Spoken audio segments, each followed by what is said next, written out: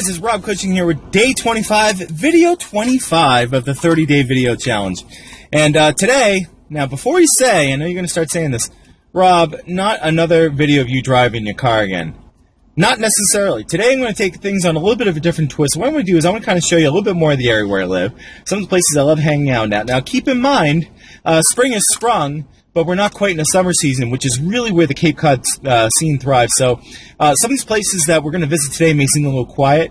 I'll come back and visit later in the summer and really can give you kind of a perspective on how these places really transform when the summer season kicks in. So for right now, what we're going to do is we're going to travel along the outer arm of Cape Cod, Massachusetts, what we commonly call the Outer Cape, that consists of Wellfleet, Provincetown, and take you up around those areas, okay? So with that, let's get going and take you on a little tour. Alright guys, welcome to one of my favorite places on planet Earth. I'm a little winded because it took a little bit to climb up here. Right now we are facing due east across the Atlantic Ocean. Next stop a few thousand miles away is France.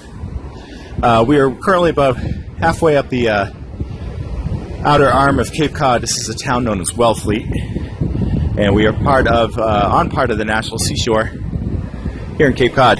Now this extends for miles. Let me give you a little panoramic view here. This extends for miles in every direction. In the summer you'll find a lot of sharks. And probably tons of shipwrecks all along the coast here. Very high in the sand dunes here. And then down here is absolutely one of my favorite places on planet Earth. Again, you're not catching this at our best because this is not yet open for the summer, but this is a favorite club of mine called the Wellfleet Beachcomber.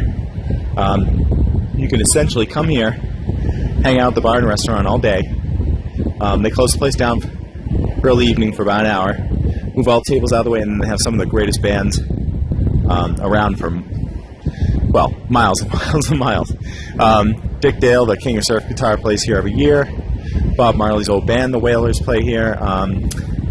Seen a few 90s bands here and there. Cracker I played here a few times. And Weezer even did a surprise show here years ago. The best part about being out here, though, they also have awesome food. Is at the end of the night, everybody climbs down the dunes here. Give you a good sense of how I am up. Probably at least 70 feet, if not more. Everybody climbs down here and they have bonfires on the beach. It's actually a much bigger beach. It's high tide right now. And I've actually been out here literally all night. I remember looking over a friend of mine during one of the bonfires and I go, something looks different about you. And he goes, the sun's coming up. And I turn around and lo and behold, the sun's coming up right over there. So really, really good times here. One of my absolute favorite places on planet Earth. Again, we're about a month out from it just being packed with people, a little bit more green. Even some guys doing some golf driving way down there, kind of past the time. But just to give you a sense of just how absolutely gorgeous it is out here. So let's move on. And hope you guys are able to see this with the sun glare. We're a little bit further up Cape Cod now, a little bit more north along the arm. We are currently in the town called Truro, Massachusetts. Now Truro has a distinction of being one of the absolute largest towns on the Cape, but the least populated. So there's really not much around here except for what you see in front of you. This is Highland Light, also known as Cape Cod Lighthouse. It is the oldest and the tallest lighthouse on the Cape. Now, I believe this was built in a very, very early 1800s. So, yeah, it's a very old lighthouse, and actually where I'm standing right now is where it used to be. They moved this whole thing. They literally put the whole thing up on metal, like brackets or stilts or what have you, and moved the whole thing back a few hundred feet. Now, they had to do it, and I'm going to turn around and show you why, because this observation platform just beyond it, this is where it was. And the reason is because we have such terrible erosion and with the waves and storms and everything that eventually would have fallen into the ocean. That is about a 100-foot drop just over there. So it would have been very likely to fall in the ocean in the next 10 years or so. So something they had to kind of do. Again, this is the Atlantic Ocean. And we actually have a really nice town-owned golf course that people are kind of chilling out. This is probably the quietest I've ever seen it, but usually when I come, it's in the summer. And it's still spring, and most people are at work right now, so it's really, really quiet. I I'm going to save that for another video. I will just say this, it's an old abandoned Air Force base, and some really cool stuff over there, and kind of some other stories involved with that as well too, but that is for another time. So, so back in the very, very late 1700s, when President Washington, the George Washington, commissioned about 10, I want to say 10 or 12 acres of land for this lighthouse to be built, because the erosion has been so bad, probably about 3.5 of those acres now remain. So pretty crazy. So let's go ahead and we'll move on and see what we can find up further. If you look way, way off there, you can see a tall, kind of skinny tower. That is Provincetown. That is actually the tallest granite freestanding structure in the United States. That's actually the Pilgrim Monument. I'll get into it a little bit, but basically Provincetown is actually the first stop that the Pilgrims made prior to going to Plymouth, where, of course, obviously we had the first Thanksgiving and everything, but get into that a little bit more as we arrive that way. All right, and Rob Cushing here once again. This time we are traveling through the very northern part of Provincetown. We're almost on the very tip of the Cape, and the reason why I'm showing you this road from the perspective of the viewer is because we are fast approaching the end of Route 6. Now, Route 6 is probably the longest highway in the country. This is kind of the view I'm seeing out my window here. It's the longest highway in the country and extends from Bishop, California, which is probably about maybe a little bit over 3,500 miles away, maybe more than that, and it ends right here. So if you're going to cut through Route 6 at all, this is where the buck stops, so to speak. So I thought you might get a kick out of this. Route 6 actually ends at a roundabout over by a hotel.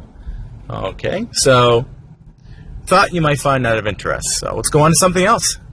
And with that, welcome to Provincetown, Massachusetts. We're actually standing almost at the very tip of the Cape. You look out across Provincetown Harbor here. This is where the Pilgrims originally parked at with the Mayflower, signed the Mayflower Compact there, and tried to eke out an existence here, but just wasn't happening. I guess the farmland wasn't really there. So if you look across, that's the very, very tip of there, and then this is all the rest of the Cape that stretches way back down. And right behind me, looking straight up, this is the tallest freestanding granite structure in the United States. This is the Pilgrim Monument, built about 100 years ago in honor of the Pilgrims landing here. And seem to have caught a little party here. So I'm not going to stay here too long, but really, really great town, fun town, lots of great places, big Portuguese community here, there's a lot of great restaurants, big fishing community. Again, it's really quiet here, but you know, a lot of great old buildings, huge artist colony here, what have you. So that is about it. Hope you enjoyed that little bit of a whirlwind trip around the Outer Cape.